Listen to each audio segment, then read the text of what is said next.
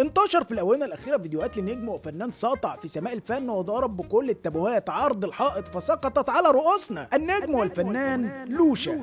الحقيقة أنا مش بعمل رياكت خصوصا على التيك توك، ولكن اكتشفت بالصدفة إن الفنان لوشا مشارك في فيلم وهيتعرض قريب في السينما، وبالتالي الراجل فنان. والحقيقة لما سرشت واتفرجت أنا بقى عندي أسئلة كتير، ومش بخصوص لوشا لأن ده يعجز اللسان عن وصف موهبته، أنا تساؤلي بخصوص الناس اللي معاه. يعني أبو اسكندر ده راجل كبار والله، تحسه كبير عيلة كده، مثلا عنده معرض عربيات، إيه اللي يخليه يعمل كده؟ في البداية أنا اعتقدت ان هو بيعمل كده من قبيل المشاركه والوحده الوطنيه، ابو اسكندر مع محمد مع مينا، الهلال مع الصليب وهكذا، ولكن بعد شويه سيرش كمان اكتشفت ان اسمه احمد ابو اسكندر. ايه العلاقه بين احمد واسكندر؟ انا مش فاهم، ولكن ضاعت كل الاعذار بالنسبه لي. بالنسبه لجوده وسفاح فدايما لوشا بيخش عليهم بحركتين كده، خبط على صدره يشد على ودانه ويعمل اي حاجه فيجيبوا ورا. فهل هم مش مدركين فرق الحجم؟ التفسير المنطقي الوحيد ان هم زي الجمال كده بيشوفوا الانسان اكبر منهم. عم تايسون انا مش فاهمه اصلا، يعني هو كل مهمته في الحياه ان جوده والسفاح يعملوا معاه مشاكل عشان لوشا يحلها. ليه ما ننوعش يا فنانين؟ ليه مثلا مش ابو اسكندر هو اللي يعمل مشاكل مره وعم تايسون مره وهكذا؟ ليه جوده ما يطلعش مره على الثبات او سفاح يبقى ابن اصول؟ فانا قررت النهارده ان احنا نضرب ايدنا تحت ابط الفن، ونتمنى بقى ان هو يكون مستحمي لنستعرض سويا بعض من لقطات الاصول والثبات على المبدا للنجم والفنان لوشا ورفقائه. هيا بنا. لوشا قاعد محبوس هو واصحابه زي اي مجرم محترم، وفجأة شوف مين يا خالد. شوف مين ايه؟ هو داخل عليكم الشقة ولا ده من اداب الزنزانة خبط عليكم قبل ما يدخل؟ المهم بيروح النزيل الجديد عشان يمر على المعلم لوشا، وبنعرف ان هو من اسكندرية. خالد يا مسكن الراجل. انا بقول طالما خالد اللي بيعمل كل حاجة ما نمسكه الحجز. لوشا مضايقها علينا ومش عارفين نشغل دماغنا على اي حد داخل الاوضه يا عم. كلام خلصان معروش النهارده. بقول لك يا اخويا، هتقعد هنا هتدفع ارضيه وهتخش تضرب علبة السجاير. لا يا معلم، انا اسمع عن عم لوشا ان ما بيدفعش حد دخل عليه الاوضه. سمعت منين طيب؟ يعني انت جاي من اسكندرية على الزنزانة دي على السمعة يعني؟ لا مفيش الكلام ده، هتدفع. وهنا ابو اسكندر كان لازم يتدخل. خلي بالكوا انتوا كده مش على الثابت، لوشا حاطط قانون للاوضه دي. فكك بقى من القانون المدني والجنائي والكلام ده، قانون لوشا هو اللي ماشي، ولذلك بيقوم لوشا عشان يطبق القانون. يا لوشا احنا مش بنكسر قانون الاوضه، انا داير معايا حوار في اسكندريه وده حظه انه اسكندراني. طبعا معروفه، لو عندك حوار في اسكندريه اي واحد اسكندراني تشوفه تدعمش وشه. طب صلوا على رسول الله. اسكندريه بلد الرجوله والجدعانه، الجيزه بلد الرجوله والجدعانه، القاهره بلد الرجوله والجدعانه. لما كلنا جدعان ورجاله، امال ولاد التيت اللي بنشوفهم دول بيجوا منين يا عم لوشا؟ طبعا من فرط الحركه اللي عند لوشا بيخاف سفاح وجود احسن يطرف عين حد فيهم وبيخلص الفيديو. شايفين التنوع بقى؟ فنان شامل من زنزانه لنقيب مره واحده وبدون اي نجوم. النقيب محمد عبد الحميد السيد، ملفك كله بيقول خد تعالى هنا، تعال انت باصص فين يا سفاح؟ ايه ده عموما يعني هل الوقفه دي ليها معنى ولا انت متجه للقبله ولا ده ايه؟ طبعا المشهد ده كلنا عارفينه، الظابط وهو قاعد بيتكلم مع الرجاله بتوعه، والمشهد ده يعني انا اصلا ما بستحملوش في المسلسلات، فهنا بقى كرنج بدرجه لا تتخيلها، فهنتجاوزه للهجوم على طول.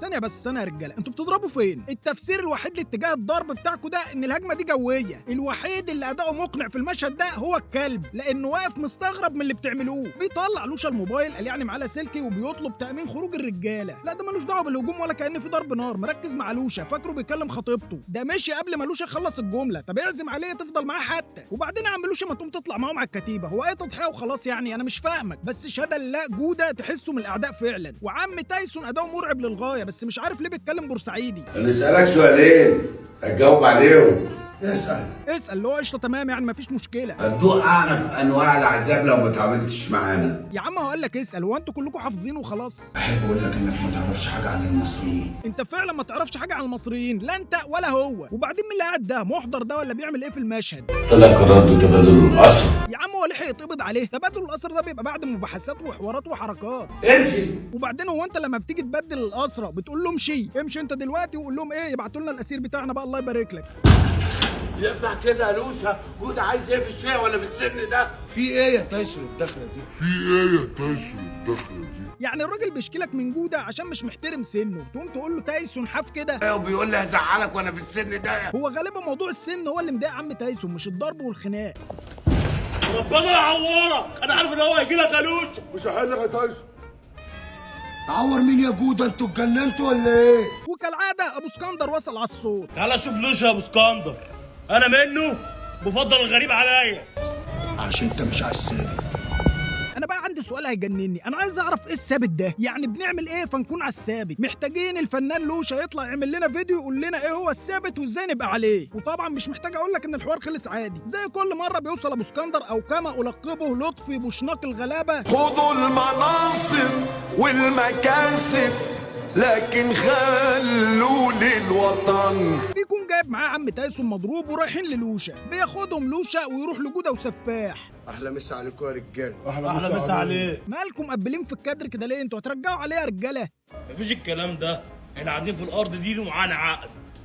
احنا قاعدين. الارض بتاعتنا يا شبح، عرفت تخرجنا؟ خدها. الراجل ده انت بتشاور عليه ليه يا لوشا؟ يعني ما هم اكيد شايفينه هو مش مختفي. هديكوا 48 ساعه. ما كفايه 12 ساعه ليه التبذير ده ممكن يبيعوا الارض لحد تاني في الفتره دي. خلص الكلام، يلا. في حفظ الله يا لوشا. اتفضل اتفضل. سلام يا حبيب قلبي. الواد ده شكله مش سهل خالص. ده توكيد لفظ من جوده يبرز المعنى ويوضحه.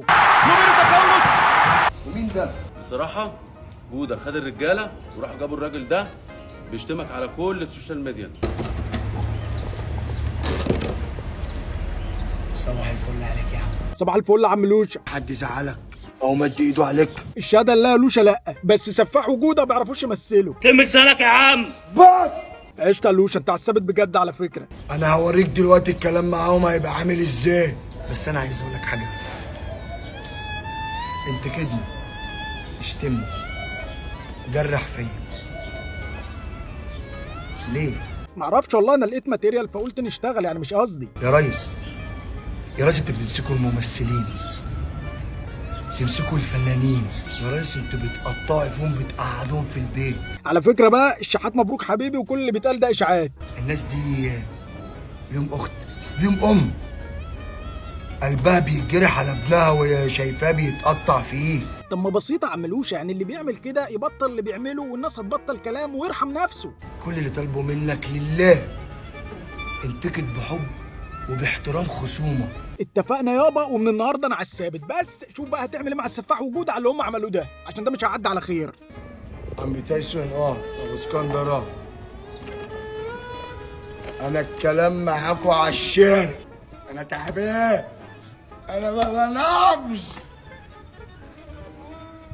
انت وقعتني. سلامتك يا لوشا، قوم، اللي زيك قدوه، لو ضعت يا ابني كلنا هنضيع. هات ايدك، هاتي، قوم يا حبيبي. قبل ما نقفل عايز اقول ان انا فعلا اختلف مع لوشا في حاجات كتير، ولكني قد اتفق معاه في حاجات برضه. يعني موضوع الشتيمه مثلا، لو حد بيعمل حاجه مش عاجباك فانت من حقك ان انت تنتقد الفعل اللي هو بيعمله، سواء مثلا تمثيله او غناء وايا يكن اللي هو بيعمله ايه، من حقك ان انت تنتقده، لكن مش من حقك ان انت تشتمه. لو شايف المحتوى بيستفزك مثلا، او ان هو اللي بيجبرك انك تشتمه، فما تتفرجش عليه. بسيطه يعني، الموضوع اصلا ما يستحقش ان انت تاخد عليه ذنب وتشتم حد وتخلي حد يشتمك وهكذا. وكالعاده وبعد ما انتقدنا لوشا الفنان، بنوجه تحياتنا للوشا الانسان وجوده وسفاح برضه، عشان الناس ما تزعلش، وابو اسكندر وعم تايسون وعم خالد والعيال الصغيره اللي بتطلع وطاقم التمثيل والاخراج كله. ونتمنى ان هم لو مستمرين في الحوار فعلا ان هم يحسنوا بقى من ادائهم ويعملوا حاجات فعلا يعني فيها معنى او فيها فايده وتعجب الناس. وما تنساش قبل ما تخرج تعمل لنا لايك وشير وسبسكرايب على اليوتيوب، وتستنانا في حلقات تانية.